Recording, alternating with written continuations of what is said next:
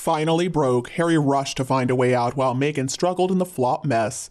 Well, friends, I am so happy to tell you that my sources were 100% right. Harry and Meghan actually have separated, and it's happening in the middle of the summer. According to Reader Online, Harry and Meghan have separated. They're reporting nasty fights, humiliation, and failure led the prince to pursue peace. The source is saying that they are taking some time apart, hoping to rebuild their bond after their marital woes were fueled by some family drama. Apparently, after all the public backlash, after the failed business deals, and the public fights with their loved ones, Meghan and Harry have been completely worn down, according to palace insiders. According to the insider, they're trying to figure out what hit them. Harry doesn't fit in Meghan's tacky Tinseltown world, and they also said that he needs to find himself. It certainly has been a rough few months for the renegade royals. They had to deal with the bad fallout from the negative press as they were trying to reestablish their lives in California after they stepped down from their positions as senior working royals and also started a war with Harry's family.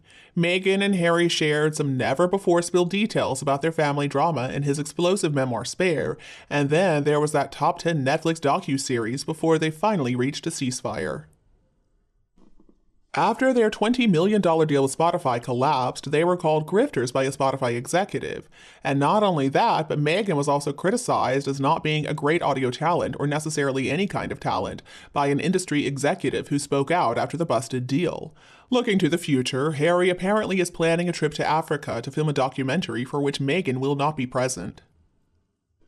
The source said that the anticipated solo trip may be just what Harry needs. After all, he does consider Africa to be his second home and a place where he feels most like himself. The hits keep coming for the Sussexes, added the tipster, who also said the Spotify failure was a game changer. The source reports the Sussexes are under tremendous financial pressure to fund their lavish California lifestyle, including their $14 million mansion and huge security costs. That stress, coupled with their emotional issues, has likely made life a living hell. Taking time apart on different continents will hopefully help them find whatever they need to move on. I think now is going to be a great time for the royal family to show their fortitude, especially Charles. I would suspect that once Harry feels the burden of being Meghan's bitch has lifted, and once he comes to appreciate how unhappy his last few years have been, I suspect he's going to be trying to reach out to the palace and find some way to weasel his way back in. I really hope, though, that the royal staff, the royal family, and the general public don't forget how horrible he was to the late queen, how he ruined the end of her life just like he did with his grandfather, Prince Philip. Both of them passed away with the specter of racism hanging over their heads. I mean, how awful. And after everything the queen had done for 96 years, she had to pass away like that. She didn't deserve it. Charles needs to remember that was his own mother and father. He also went after his brother and even Catherine. Neither of them ever abandoned him. He fabricated some really hateful lies about them. He allowed Meghan to make up lies about them too, especially Catherine. He insulted Charles's wife Camilla too, who is now the queen. But I think it's safe to assume that the royal staff is never going to forget, and I'm sure the royal family cannot forget what he did, and I don't think any of them are going to be willing to forgive. Now, the possible weak link could be Charles. What he does if Harry comes back to him is going to be judged forever, and he needs to remember that the judgment is going to be a lot harsher if he decides to welcome Harry back, because if he does that, he's going to prove that he's disloyal to everybody else. Charles needs to forget this, oh he's my son and I love him nonsense. Maybe instead he can try showing Harry some tough love, because I think that is exactly what Harry needs. If he doesn't, then one day I'm afraid that he's going to look around and there's not going to be anybody there, including his own family, really supporting him. Now Camilla, I think, despises Harry, William despises Harry, and Catherine, I think, despises Harry too. Because the truth is, he deserves that. They're only human. They have been insulted, they have been slapped in the face and stabbed in the back. It's important that we not misjudge this situation.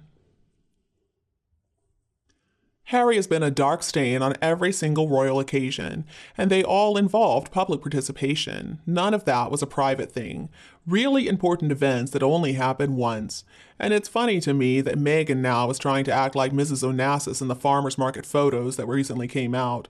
Who does she think she's fooling?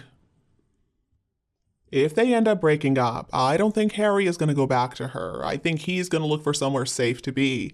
I don't think Charles really understands the damage that he's going to do to his own reputation if he just gives in to Harry. We already know that he doesn't have a mobile phone and he doesn't look at the internet, but I'm sure that his advisors do. There are a lot of people right now who are very critical of Charles because he does seem to dither a lot, and it seems like either he just doesn't understand public opinion or maybe he doesn't care. And I hope the monarchy can stay forever, but this nonsense has gone on for way too long. If Harry's allowed to just waltz back in like nothing ever happened, then I'll come to understand my opinion truly doesn't matter, and I'm just going to stop caring. And I think there are a few people who think like I do. If they do allow him to come back, then I hope they force him to go into rehab and get some kind of good therapy to get rid of Meghan's influence on him. When you think about it, it's no wonder that Harry turned out like this. I mean, his family sheltered him from the consequences of his behavior his entire life. When it comes to Harry, it is always somebody else's fault. There's always somebody else to blame. When pointing the finger of blame at somebody, it's important to always remember there are 3 fingers pointing right back at you. I do think that if the royal family had not sheltered him from the consequences of his actions, then he wouldn't have turned out like this. He's just way too spoiled, too entitled, and pretty dumb too. It's a pretty unpleasant combination, right? Harry is so self-centered and so spoiled, so it's no wonder he got with somebody like Meghan Markle. In some ways, they really are 2 peas in a pod. Harry is also incredibly immature, and that has been proven by his book, by what he said, and by his actions. And then Meghan's about as bad. I don't even know who is more immature. It may be a tie. Both of them are incredibly self-entitled, they're petulant brats, and they're selfish, and they give nothing to the world that is necessary. Usually, we assume that when somebody has kids, they're going to grow up. But as Harry has proven, no such maturation has happened, and that supports the view that there are no children. Anybody out there who feels sorry for him probably never had to work for a living. Actually, I don't even know anybody in that category, so all his complaining just makes people want to give him a backhand and tell him, "Suck it up, Harry, you're a grown man with 2 invisible kids, and you've got that insane wife, but again, that's all your fault." Because if Harry had just listened to his family, and if he had not married Meghan Markle, then he would still be incredibly wealthy, he would be happy, and people would love him instead of wanting to throw some rotten tomatoes at him. It's about time both of them took a long, hard look in the mirror.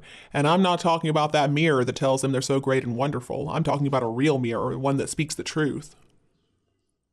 The mirror that's going to tell them what a mess they have made of their lives when they could have done so much good for the world. The mirror that tells them, like it is, that they have made fools of themselves in front of the entire world, and yes, everybody is laughing at them.